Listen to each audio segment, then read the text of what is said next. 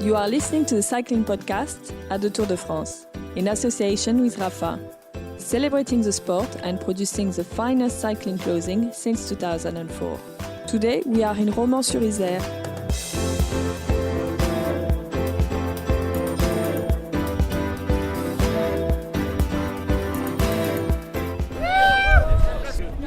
Yeah, boys. Nice one.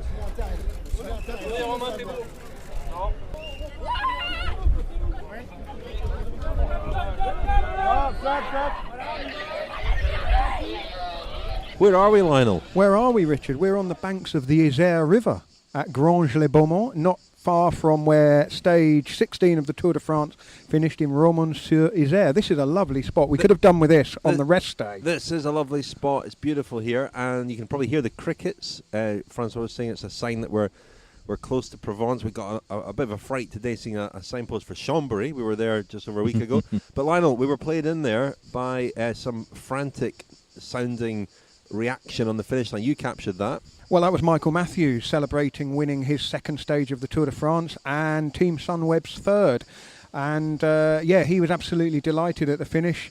You could hear him. He was actually shouting into the radio to tell his teammates that he got the verdict in the sprint finish. Another near miss for Edvald Boasson-Hagen, who was second, and John Degenkolb, who was third. And the German wasn't very happy, was he? He lashed out a little bit at Matthews, thinking that the Australian veered across the road towards him a little bit. The German was not very happy indeed. It's the third occasion I've seen Degenkolb, ride furiously back to his bus in quite a temper. 2015, at the end of the cobbled stage that Tony Martin won, he was very angry that day with, funnily enough, Warren Barguil, who was then his teammate at Giant Alpecin.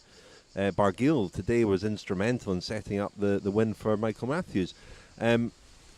Degenkolb also last year in Bern in Switzerland was really angry and gave me a very bad-tempered interview at the finish.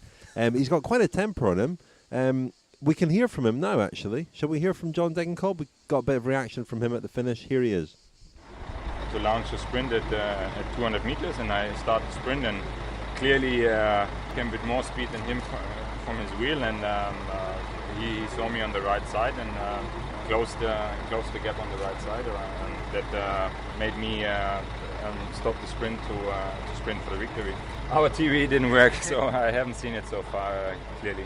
It's just like in the heat of the situation, you are obviously very angry if you cannot go for the victory, and if you know you have the legs to overtake him, and that's very disappointing. For me, it's very clear. You see, he is going off his line into my line, and you can see it on television. So that was John Degenkolb, and there was footage of him lashing out at Michael Matthews. Michael Matthews said he grabbed him by the neck and that the officials saw it, and it sounded to me like he was not very happy about that. But as we speak, an hour or so after the finish, there's been no word on any sort of punishment for John Degenkolb. Marcel Kittel was punished today for swearing at the race jury, apparently. I'm not sure what that was about. We're doing things in a slightly different order. It must be... It's the wind. It's the rest day that's thrown us a little bit. I forgot your tale of the Étape, Lionel. Give us a tale of the Étape. How very dare you. Stage 16. We're fluid. From Le Puy-en-Velay to Romans-sur-Isère. Only 165 kilometres. As we've already said, Michael Matthews won. John Degenkolb not very happy. Edvald Boasson-Hagen close by a whisker again. But the other story of the day is that the wind did blow in the latter stages, and there were a few people who missed out when the split started to happen, most notably Dan Martin, who lost 51 seconds, having taken 2 or 3 days to gain about that much. He's lost it all again in one afternoon, or not even one afternoon, 1.5 hour. And really that was capped a pretty bad day for Quick-Step, because Philippe Gilbert didn't start the stage this morning. He has a stomach problem. They badly missed him today. Marcel Kittel, who's wearing the green jersey, was dropped early on and finished many minutes down. And Quick-Step really put all of their troops with Kittel rather than with Martin. Martin wasn't the only one to lose out in those splits. Louis Menkes also lost 51 seconds. Alberto Contador lost 1 minute and 33. Nairo Quintana did make the split, so he's back into the top 10. In terms of the green jersey, Matthews won the intermediate sprint and the stage to cut Kittel's lead by 50 points, and the German now leads by only 29 points. And with an intermediate sprint coming after a second category climb tomorrow, there's a great chance for Matthews to trim that lead even further. Chris Froome still in yellow, of course. He leads Fabio Aru by 18 seconds, with Bardet third and Uran fourth. No change there other than Mikel Landa and Simon Yates both moved up a slot because Martin has slipped from 5th to 7th. Warren Barguil still in King of the Mountains. Simon Yates still in the white jersey. And tomorrow we go into the Alps with the Croix de Fer, the Telegraph and the Galibier for the first time since 2011. One last little bit of news is that George Bennett, the Kiwi rider who'd been doing so well, he's also pulled out of the race, abandoning on the road today. So a real shame for him. A real shame. A real star of this tour. He's ridden well and gave us fantastic interviews as well. So hope to see him back soon. I think that the big surprise today, I mean, Sunweb executed a fantastic plan. They took it on in the way it was 160 odd kilometres, but in actual fact it was a 3.5 hour stage, and it was ridden full gas, as they say, pretty much like the stage into Foix was ridden a few days ago, very, very aggressively from the gun. There was a game plan there. Quick Step did put a lot of bodies around Marcel Kittel and did leave Dan Martin a little bit isolated. He had Gianluca Brambilla and Jack Bauer. Of the two, Bauer quite useful, but there were some, Julian Vermont and Zdenek Stibar behind as well, who would have been useful allies for Martin, the crosswinds. Yes, Quick Step really, a bad choice, a bad decision, but as Brian Holm said, and we're going to listen to him in a moment, but he said that's cycling, and that's also hard luck. They lost Gilbert in the morning. They already lost Matteo Trentin, who was crucial in this kind of stages. So probably the best two riders in this kind of situations were missing. They to lesser consequences, they made the same blunder as the FDJ did, last week with Arnaud Demar. Putting all their reserves on one guy, and in a way, what a guy. Green jersey, all the five-stage winner. We can understand why they put so much emphasis, because he probably will be the favorite for the Champs-Élysées stage. He might go all the way with the green jersey. You can understand why they made the decision. And the problem is everybody knew there would be split or an echelon in the finale with the win. Everybody knew at the start. Everybody was talking. When I called a few directors sportifs this morning from the car, they were all talking about the win. So they knew that crosswinds were scheduled. In a sense, Quick Step should have anticipated that and probably made sure Martin had a solid rider with him. That's what Brian Holm said. He said, "Well, we just our master plan just didn't work." The problem is, what was their master plan? They probably didn't anticipate losing Gilbert. They probably did not anticipate Kittel being dropped so early, and they probably didn't anticipate Dan Martin having this problem. We don't exactly know what happened. He was apparently just dropped, but Brian Holm even hinted that there might have been a crash. In any case, after a brilliant, almost perfect start to the Tour de France, today was Quick Step's bad day. But the thing about Quick Step is they're one of the only teams who have got such big dual objectives. So they've lost two riders, and they've got to try and man their resources across helping Dan Martin and helping Marcel Kittel. There are other teams that are, going for, perhaps stage wins and protecting a place in and around the top 10 of the GC, but actually going for the podium with Dan Martin and the green jersey and stage wins with Marcel Kittel. Quick Step are one of the strongest, if not the strongest team in the world, and yet even they were stretched a bit too thin today, where you would normally think, well, crosswinds, they're going to be absolutely home and hosed here because this is their territory. This is where, we were saying this morning, weren't we? This is where Quick Step could really make some advantage for Dan Martin. And had Kittel not been caught out early on and then been behind, if he'd been safely just having a relatively easy ride with the other sprinters until the last phase, we might well have seen Quick Step on the front foot rather than on the back foot.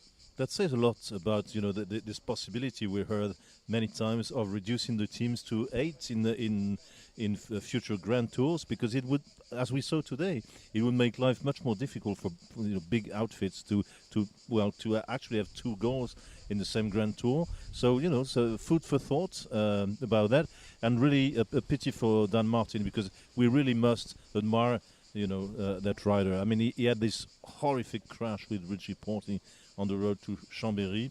He survived it. He managed to waste as much time as possible, and then he worked so hard to gain this time back, and fight his way back to contention, to the top 5, and to lose it the way he did today is really, how could I say, it's very frustrating even for us, because you have to admire all the efforts he made, and to lose all this time because just at that very moment for just 10, 20, 15 minutes, he doesn't have a teammate around him.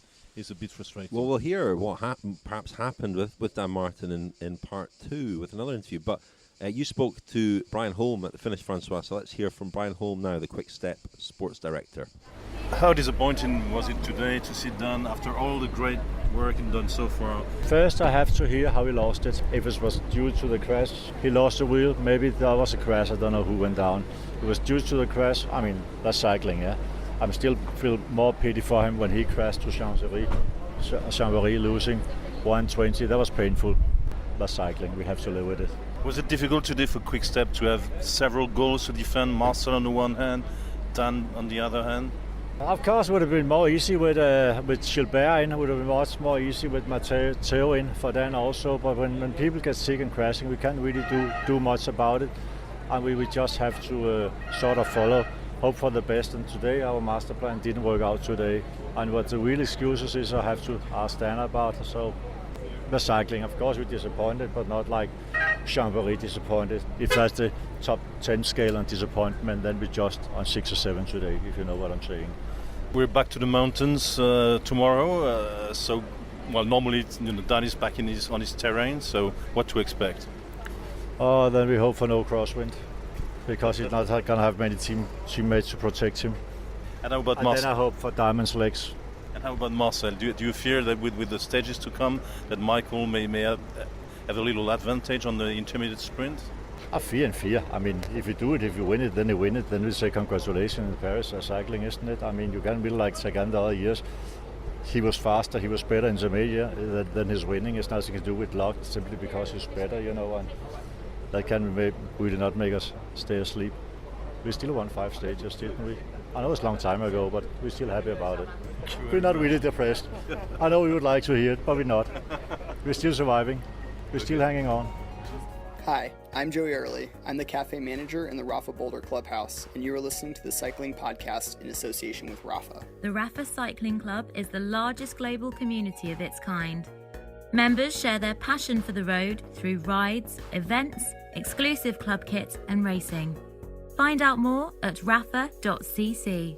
Thank you to Rafa, our wonderful sponsor, and thank you to all of you who have been buying Rafa Cycling Podcast clothing, the Pedlar de Charme jersey and t-shirt and cap. You've been posting some pictures on social media. It's great to see it out and about there. Rigoberto Urán has been presented with his Pedlar de Charme t-shirt. I'm still waiting for the photograph of that seminal moment. So if the Cannondale's PR man Matt Boding could just get on with that, that would be great. Thanks. I know they've got other things on their mind at the moment. They're trying to win the Tour de France, but on his plate. Get their priorities Come on, right. Matt. Anyway, we heard from Brian Holm at the end of the last part, and it was quite interesting because he obviously hadn't spoken to Dan Martin yet, didn't know exactly what had happened. Lionel, you spoke to Oliver Naesen, the Belgian champion, rides for AG2R. I did, waited quite a long time for him at the finish line because he was in a lot of demand from the Belgian media. There was the Flemish-speaking media. Sportsa have both video and radio, and they're both live, and they both take precedent, and they push in Dutch somewhat. and Belgian riders are very difficult to speak to sometimes, aren't and they? Belgian, they're worse because they speak Dutch in the first place, then they speak French a little bit, and by the time you manage to get them. Well, and then the French-speaking Belgians came in as well, and of course Naesen speaks both Flemish and French. But you were wearing something that caught his attention. I was I was wearing a Trainer Road hat from given to us as a gift by our sponsors last year, Trainer Road, and Oliver Naesen uses Trainer Road for his training, and he actually said, "Oh, do you work for Trainer Road?" And I said, "No, we used to be sponsored by them." After he'd done all of his 45 Belgian TV interviews, he waited even longer, even though he'd finished his drink, and I could tell he was thirsty and wanted to get back to the bus. But he answered a few questions in English for us. How nerve-wracking was it out there with the wind? First of all, the stage was 165 k's long, and we knew from the briefing there was only there were two very dangerous moments. The first one where nothing happened, and the second one where everything happened. So it wasn't that nerve-wracking during the day, but there's this one point in the final where everybody knows we have to be in the front. It's there, everything's going to happen there, and that's pretty nerve-wracking, for sure. Great for Romain Bardet to have a Belgian champion on the team. You must know all about the crosswinds. It's a bit of it's one of the only things I can do on this tour, so I'm happy I was here for him, and it was very important for the team and for him to have both of us in the front, especially him. And I think we should be really happy this is over. How quickly did you know that Dan Martin wasn't in the group, for example? He was right in front of me when he left the gap, so I was the first to see. And so at that point it was just full gas? Yeah, when somebody leaves the gap, it's only 2 meters you're behind the group. But then another guy leaves the gap, and it all some meters you have to bridge. But when everybody has full gas, those meters are very, very expensive and hard ones.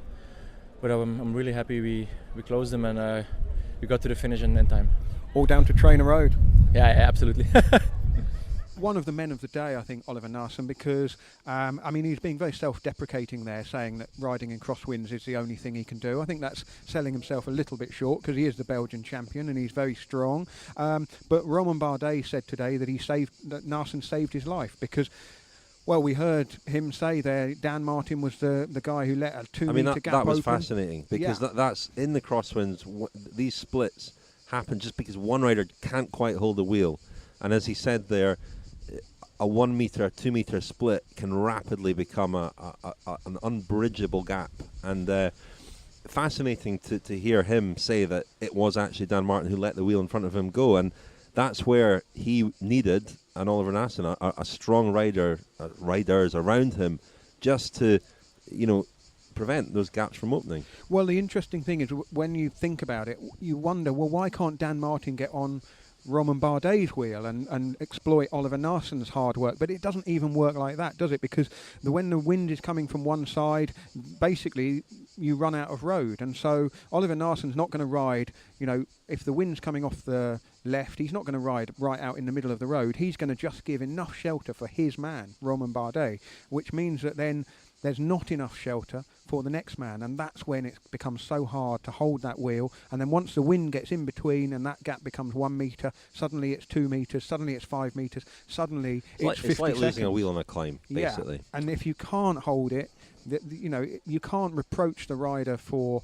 anything, really. I mean, it's just, you could say, well, you could be further forward at the critical moment, but once the wind's having its say, it's very hard. You don't win against the wind, especially when you're Dan Martin's size.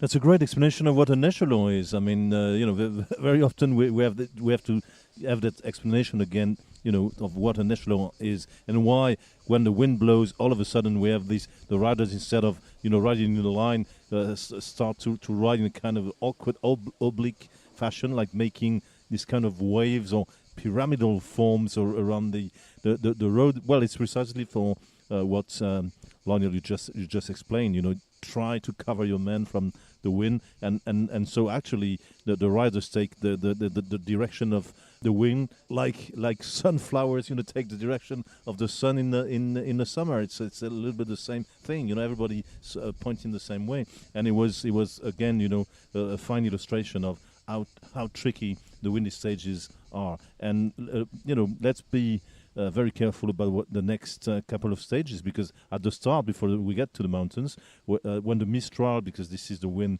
that's blowing in the Rhone Valley, when the Mistral starts to blow, like we saw last year on the Ventoux, it can be very damaging at the beginning of the stages and create splits early on, favoring breakaways.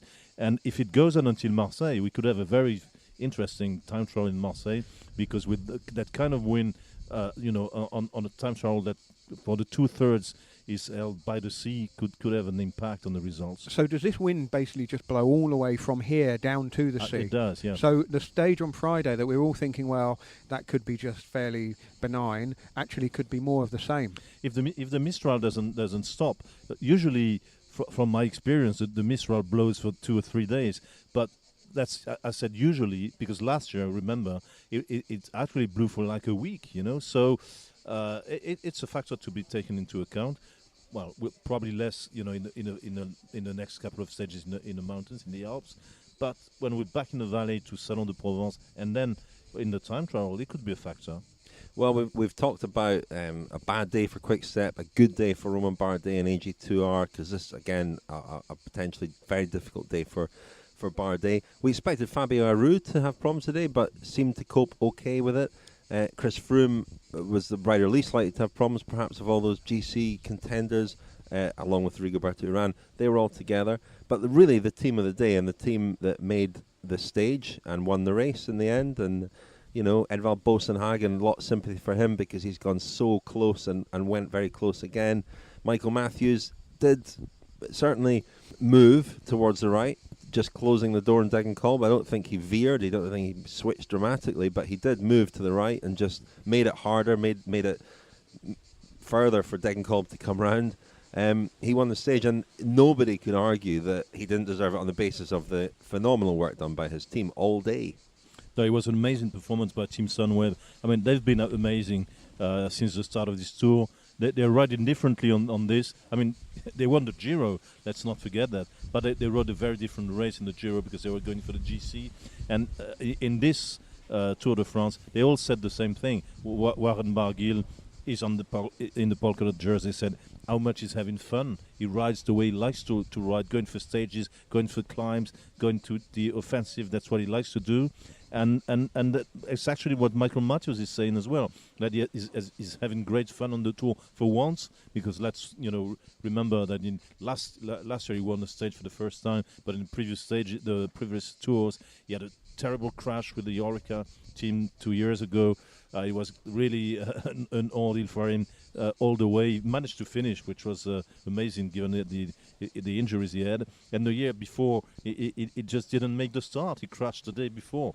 So for him, the tour so far had been kind of a problem. He won stages in every other Grand Tours. He held the leader's jersey in all the other Grand Tours, and now he said it yesterday actually after before the rest day. He said he was enjoying himself. The tour was not difficult for him. He just had to deliver on the couple of stages he had targeted. And today, as Luke Roberts said, the team director said to a few journalists, including me, They actually in the bus, thought about 100 scenarios, he said, and going from number 1 to number 2, 3, 4, because there were so many, different possibilities today, and he said, but there was one plan, and that plan was to isolate Kittel and then go for stage win try to eliminate a few other riders in the split, and then go for the stage win with Michael Matthews. That was that was plan number 1. But I mean, to execute such a plan so perfectly, it's just amazing. And the reason why they did it, he said, was because that there is this comradeship in the team, real friendship. They're just having fun, and very often in sports that's the key. Have fun. Should we hear a bit of Luke Roberts now? Absolutely. Here he is. Didn't expect the team to ride from beginning to end in the front and drop him off for the sprint the whole way. It was an awesome job by the team. That was really super strong from all of them, and I'm really happy that Michael could finish it off. We knew it was going to be a hard start. We knew it would be a possibility that Michael could have distanced Kittel, and possibly today was a day to bounce back a bit in the green jersey competition, but knowing that he was dropped in that 30 rider group, and gave Michael a better chance, also gave other sprint teams a bit of a sniff of a victory, knowing Kittel wouldn't be there for the bunch sprint. So it was a hard day for our guys. They really had to work for it, but it was also a stressful bunch today with the wind the way it was. So I'm happy our guys could control it the way they did, and it was really a fantastic job. We're not racing for the GC here. We just go out to win each day, and we can't really lose.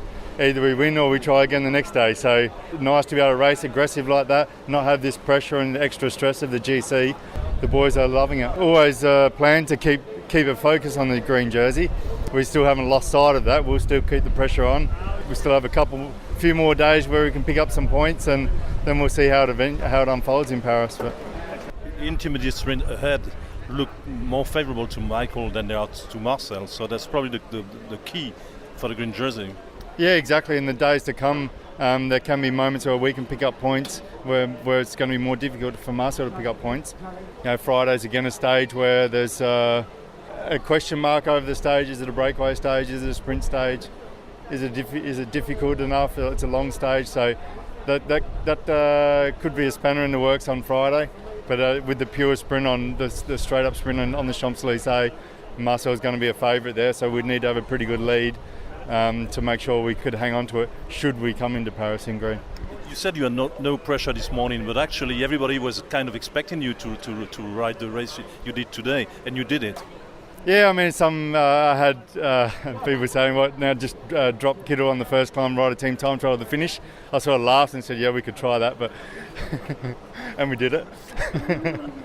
The thing is, with Michael Matthews winning that stage and also winning the intermediate sprint, all of a sudden the green jersey competition is alive again. I wouldn't say that the pendulum has swung Michael Matthews' way yet, because the gap is still 29 points, and Kittel will be certainly the favourite on the Champs-Élysées, and if Friday's stage turns out to be a bunch sprint, he'll be the favourite there. But if Michael Matthews can get intermediate sprints in the next two mountain stages, and tomorrow is definitely a possibility, and you would expect Sunweb to be aggressive from the start, try and get Matthews over the top of that first climb, the second category climb, in a break, or at least towards the front, so that he can win maximum points there. Suddenly there's a race on, and that competition looked like it was absolutely sewn up by Kittel, that all he had to do was fall over the line in Paris, and now that might not be the case.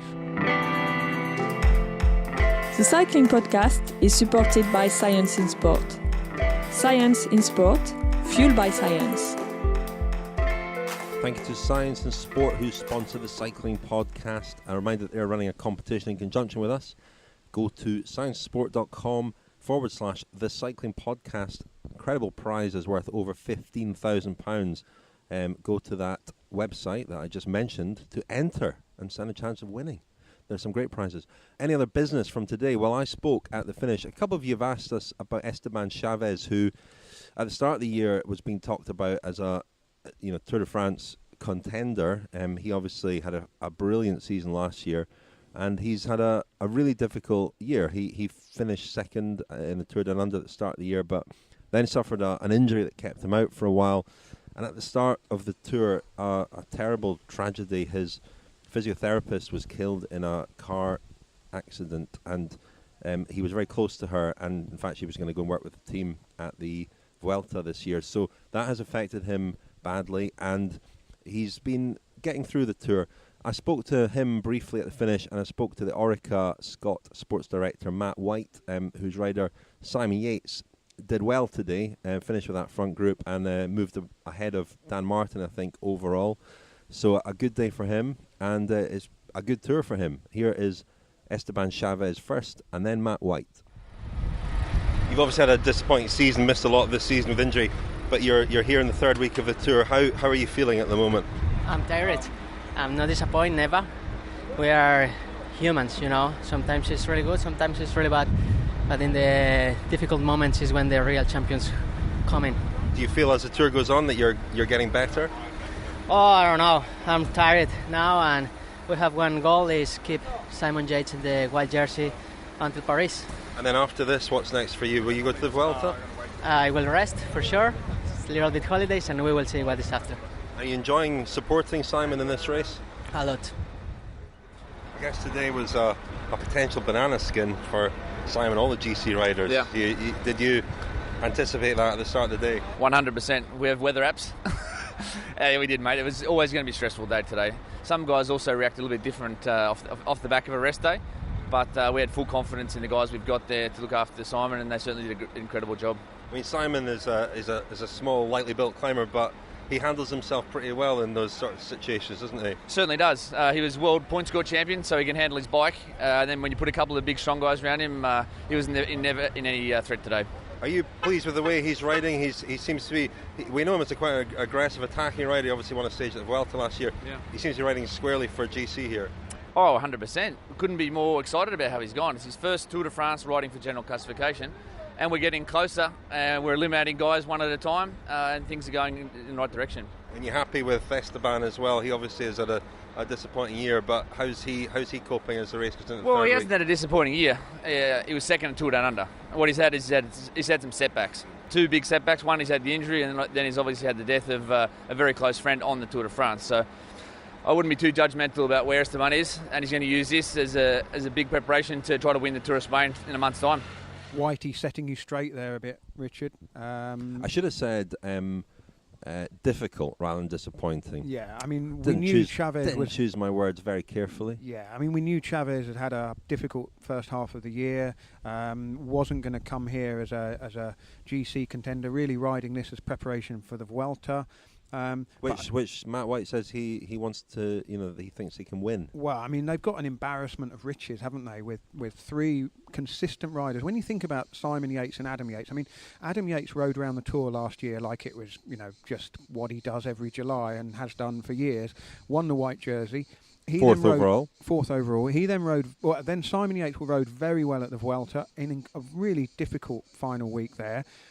Then at the Giro, Adam Yates rode fantastically well, finished in the top 10, and now Simon Yates is on course for the top 10 here. Could even make a few gains in the next couple of days, you never know. And his time trialling, which has been the one thing that you look at both of the Yates brothers and think, well, that's their weakness. Actually, that's not proving to be the case, because Simon Yates was very good in Dusseldorf. In fact, only Chris Froome, really, of the top 10 was better than him, I think.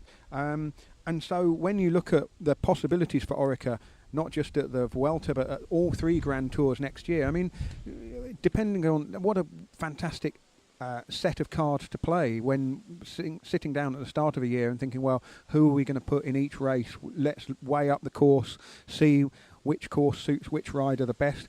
Adam and Simon Yates have got slightly different strengths. I think Adam is probably the better bet for a really mountainous Giro or Tour or Vuelta, whereas Simon Yates is a kind of a stayer, isn't he? And as Matt White said there, even though he's only, he's 10 stone dripping wet, he still manages to fight because he's a track rider, really. He won a World Points Championship on the track. When it gets grippy and gnarly and difficult in the wind there, you would think, well, he might be vulnerable, but not the case at all today. When you look at both of them, oddly enough, Adam is probably the one best suited so far to go for great placings in the GC, whereas Simon has a couple of stage wins on Grand Tours, which Adam hasn't got yet.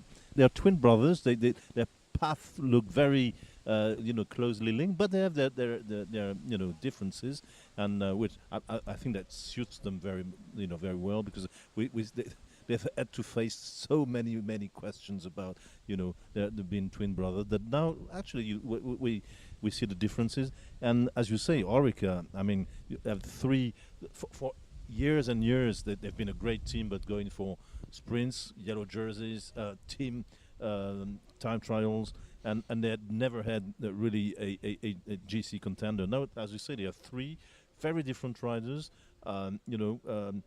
roughly the same age, coming of age, quickly.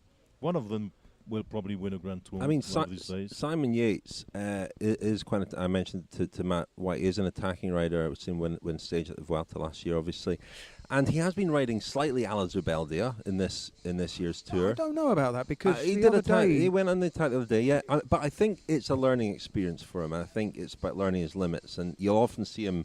Louis Menkes talked as well in today's excellent Kilometre Zero, by the way, the African Challenge, about where you sit in that group of GC contenders. I thought that was really interesting how Louis Menkes explained why he sits often last man. Simon Yates does a similar thing, and that's just the way he rides. And Adam Yates rides the same way. But it's interesting. Can I reprise my joke about the Yates twins, and perhaps in future, they might alternate one day or pick the best. Yeah, exactly. I mean, every day we get the communique from the Tour de France, which explains how many bikes have been scanned from hidden motors by the UCI jury. I wonder if in 2 years' time there were 2 scans for Yates brothers. Wow, has anybody seen Simon Yates the last couple of weeks? Anyway, other Adam business. Yates. Adam Yates. Oh God! Whoa, so easily done. But you're right, Francois. as we get to know them better, we get to know their differences, and I'm sure that will come as a great relief to them. In the any other business column, we have to talk about the controversy that's erupted once again over Team Sky. Second rest day in a row that they have failed to hold a press conference. Now, some people think this is a sort of media storm in a teacup. Other people get very exercised by it. It is a tradition to hold, certainly for the yellow jersey, to hold a press conference on the rest day. Team Sky last week said it was a travel issue. There was a big transfer, so a lot of journalists wouldn't have been there on time. There wasn't that excuse this time, and I think it's poor because we do get Chris Froome every day after the stage, but it's very brief. There isn't really an opportunity to develop any questions or ask follow-up questions. You're allowed 4 or 5 questions. The point of a rest day press conference is to go into a little bit more detail about the race and about how it's going and about the rivals and etc. And when you think about the origins of the Tour de France, the relationship between the race was founded by a newspaper. It's always had a very close relationship with the written word, the written media. I think it's a great shame that relationship starts to break down. I think it's still the race needs it. The race needs the writing around it, but it's symptomatic of a wider trend where a lot of people in a lot of fields, not just cycling, not just sport, are circumventing the traditional media and putting out their own. They don't need the media in the way that they did once. Well, let's just clarify what Team Sky did yesterday, because they did have a media engagement of some kind, but it was only for broadcast media, a bit like the mix zone at the finish. Might be getting a bit technical for our listeners here, but just to explain, the mix zone is where all the broadcasters can go, and basically the athlete moves along the line really, and more or less answers the same questions from each of the rights-holding broadcasters and then the non-rights-holding broadcasters, then radio, as they move along through the zone. And so what Team Sky wanted to do on the rest day was, rather than having the sort of formal press conference where Chris Froome and perhaps Dave Brailsford and some of the other riders sit at the top table and all the journalists gather down and the questions come one after the other, they just wanted to do a quick broadcast media interview opportunity, and that's what they said they were going to do. Now, then some written media journalists turned up, and there was a bit of a standoff, we understand, between Dave Brailsford, the Team Sky principal, and a journalist from Cycling News called Barry Ryan. And there's been a little bit of history in the last week or so, because Barry Ryan's colleague Daniel Benson also had a bit of a run-in with Dave Brailsford in Chambéry. My take on this is, I agree with you, Richard. I think that not doing a yellow jersey press conference on the last rest day of the Tour, it's poor form. It sets a bad precedent for the future. And it also brings into question what the role of the media is on the Tour de France. Perhaps the teams do want to bypass all of us and only engage with us when it's on their terms. They want to release their own audio of their riders talking or ask their own riders questions. But what that robs the wider world of, I suppose, is any kind of questions about anything that might be controversial, or there might be an incident in the race. And let's take today's stage as an example. John Degenkolb fronted up and spoke to the media afterwards, but another scenario could have been he could have disappeared into the Trek Segafredo bus, and then Trek could have sent out a written statement saying, John Degenkolb said there's no problem between me and Michael Matthews and everything's hunky-dory and fine. Now, that may or may not be true, but it does kind of rob the race of some of its drama and some of its storylines. With regard to Sky and Cycling News, my sort of discomfort comes into it when the journalists start to become the centre of the story. I think at that point, really, we've lost sight of what's actually important.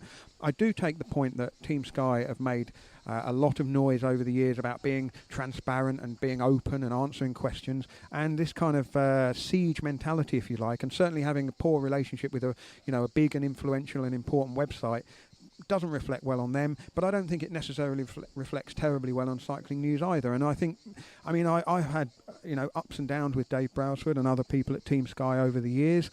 In 2010, Dave Brailsford didn't speak to me at all year. Now, I didn't write a piece saying, "Oh, Dave Brailsford's not speaking to me, isn't this terrible?" That was his right. He was upset with some things that I'd written. It took a year before we managed to sort of sit down like grown-ups and talk it through. We did that, and we've kind of rubbed along okay ever since. But I know I've said or written things that perhaps haven't gone down terribly well with him. And occasionally he said, "I think you're out of order there." But at least there's a kind of a two-way relationship. And I think when you lose a two-way relationship, really, it's counterproductive. You learn nothing. Can you remember 2012, the first tour they were trying to win, Team Sky? They were holding presses like in nice and fancy places, little tables with every rider available for whoever wanted to join in the table. It was friendly, it was good-natured, good-humoured, everybody had what they wanted. Everybody could have a head-to-head interview with whichever rider. The riders found it much more, interesting and stressless, unstressful to do it this way, because what kind of friendly chat with a bunch of journalists. What's happened? What's happened since then? But Francois, even in 2010, their first tour, and Killian Kelly on Twitter reminded me of this today. I wrote about it in my book about Team Sky that year. They deliberately held a press conference at the start in Rotterdam at a time when they knew journalists couldn't make it. They were avoiding the press on that occasion. Brailsford, he doesn't sometimes cope all that well with the pressure of the tour. But there's nothing new in this either. But don't forget, Rich, in 2010, they were probably trying to avoid questions about Michael Barry, who, of course, had ridden for US Postal. Lance Armstrong was riding the tour, and there'd been all those stories about, things were coming home to roost for Armstrong that very weekend, with some publication of some stories in the American papers. They were trying to kind of avoid difficult questions. And on the eve of this tour, Team Sky held their pre-race press conference on the Wednesday, which is really, unprecedentedly early, I think. I can remember there's plenty of press conferences on Thursday and on Friday, but they were holding it this year on Wednesday. Possibly, I don't know, were they anticipating lots of questions about Bradley Wiggins and his TUEs and how all of that reflects on Dave Brailsford and the team? And what I've been in this trade a long time, like you guys, maybe a little bit longer, even my old age. But it's so it's so unwise to act like this with the press, because if you give them the impression you're giving out propaganda and you're just going to disclose tame statements or communiques with nothing in them, that's when you get the journalists excited. They want blood, they want more. They'll go for, and if you don't talk to them face to face, they'll go run the back to talk to other guys, find different sources, and you're not you're not doing your job well. The easiest way out of problems is to hold a press conference and say nothing. The great irony here is that I think the press that's where I'm slightly divided, because these press conferences can often be a waste of time. But previous press conferences on rest days for Team Sky, they've sometimes been hijacked by questions about doping and suspicion and so on, which create a story without any real substance to it a lot of the time.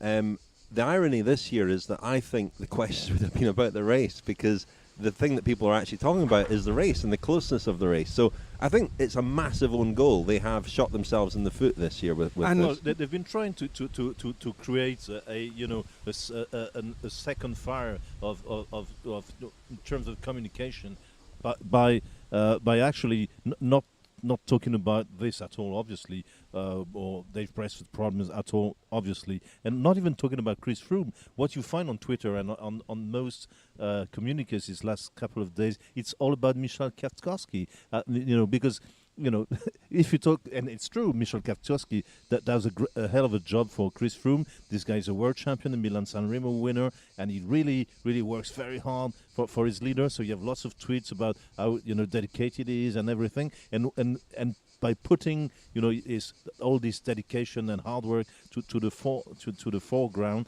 then we forget that there might have been a dispute between Mikel Landa and Chris Froome, and we forget that that there might be a little bit of a row between teams. At least that's what they are trying to do. But just to clarify, I mean, there's this specific row between Dave Brailsford and Cycling News. I mean, on the one hand, Barry Ryan's piece that Brailsford appears to have reacted badly to was just a sound piece of remembering things that were in the public domain. I mean, there was nothing in there. Okay, you might not like the slant that it took, and I wouldn't expect Dave Brailsford to like the fact that it was focusing on all of the more negative aspects of the fallout from the TUEs and the Parliamentary Select Committee and the UK anti-doping investigation and so on. But these even are the cycling podcast, or interview. even the cycling podcast. Got to mention, yeah. But these are all things that are in the public domain, so it's really daft of Brailsford to take umbrage at a piece that's just reminding people of things that have happened over the last year. And there was, I mean, okay, it might have come from a particular angle. There might have been a bit of editorialising in Barry Ryan's piece, but that's not. That's allowed as well. I think it was unwise of Brailsford to make a point of it, unwise to pick a confrontation with two journalists from the same media. But on the other side, Dave Brailsford's entitled to speak to whoever he wants. He can pick the journalists he wants to talk to. Well, I was going to say there are consequences to all of this. Of course, there are consequences. I mean, there is a history. I mean, you were talking today about Cyril Guimard, how terrible he was with the press. He played real games with the press. In football, Alex Ferguson didn't speak to the BBC for years. These confrontations, these run-ins do happen, and people in these positions do often behave in a very unwise fashion. But it's the baggage of the sport as well, isn't it? Because it's only a decade or 15 years ago that Lance Armstrong and Johan Bruyneel were operating their blacklist. They were controlling the media. They were picking and choosing, more or less, which journalists asked the questions. I mean, I remember the year when the press conference seemed to go from, the microphone got handed around according to who Lance Armstrong wanted the microphone to be given to. It was even worse than that. I mean, in the Lance Armstrong's days, the real press conferences, there were two during the tour. Nothing to do with the press room or the press center of the tour. It was held at Lance Armstrong Hotel on the day he had chosen, and he was sending the invitations to a dozen journalists he had picked himself. At the time I was working for Reuters, who didn't want to speak to me, so we managed to have Stephen Farron, who is now with Cycling News, going to the press conference with us, because that's what we do. I mean, journalists, just to tell our listeners a good way of doing, getting around that is to say, if you're not on speaking terms with Dave Brailsford, then you find somebody else working for you who goes to Dave and says, well, this guy, well, you know what it's like. I mean, but you're my friend. I mean, we always find a way to have the good, you said the good cop and the bad cop. I mean, in all with our media organizations, there's always a way, to find the good guy who's getting on well. When I was working with Reuters, I was in charge of sports in France, and the guy in charge of football was not on speaking terms anymore with the press chief of the French national team. And I told him, well, it's a professional sport. You can't afford not to be on speaking terms with the press chief of the national team. Do something about it. Invite him to dinner. But I mean, you do have to be friends with him. It's a very strange game we're playing.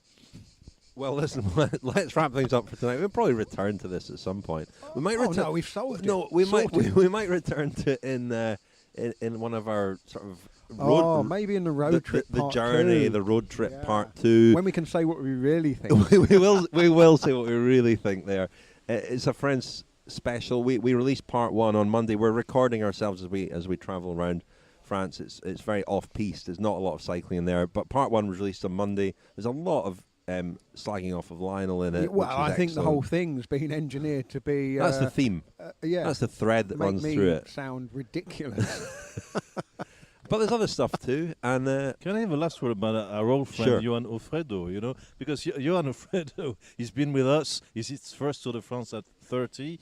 He was one of our favorites. I mean, inside the second podcast team to get a Pédaleur de Charme jersey. He's going to get one anyway. Yeah, and he's always so outspoken and and sincere. It's sometimes disarming. But today he struggled a lot. He said that during the rest day he was sick, like Philippe Gilbert. There seems to be might be a story there, because I mean stomach problems seem to be spreading in the peloton. Hopefully they don't spread to the press as well. But there you are. Johan Alfredo said he'd lost 2 kilos during the rest day, which seems to be a lot, so that might be a little bit of French exaggeration there. So at the finish, he was there, I asked him how it went, and he said, terrible. I was, and so that there was a journalist asking him, so we had I imagine you had lots of ups and downs today in this stage. He said, I didn't have any ups and downs. I was absolutely terrible from start to finish. Well, another rider who's really suffering is Dan McClay. I mean, he was bad the day before the rest day. I mean, again, must be something up with him. Really struggled through that. He's the Lanterne Rouge, last man overall. He was last over the line again today. Really hope he has a good night's sleep and a good meal and manages to get through the next couple of mountain stages, because it's turning into a bit of an ordeal for him, I think. Sorry for tonight's very long podcast, but, we had a rest day yesterday, so a lot to catch up on. Don't look at me like that, Lionel. I'm just trying to wrap things up. Most people won't have got this far, will they? No, surely not. Surely not. Anyway, I was plugging a friend's scheme. Become a friend at thecyclingpodcast.com. Thank you to all those who've signed up recently. Hope you're enjoying our Tour de France coverage. Do leave a review on iTunes as well if you fancy Or leave it. a review wherever you get your cycling podcast from. Anywhere. Leave a review anywhere. And if you don't like us, don't tell us. And if you don't like us, don't leave a review anywhere. Anyway, that's all for tonight. Lionel, thank you. Thank you, Richard. François, thank you.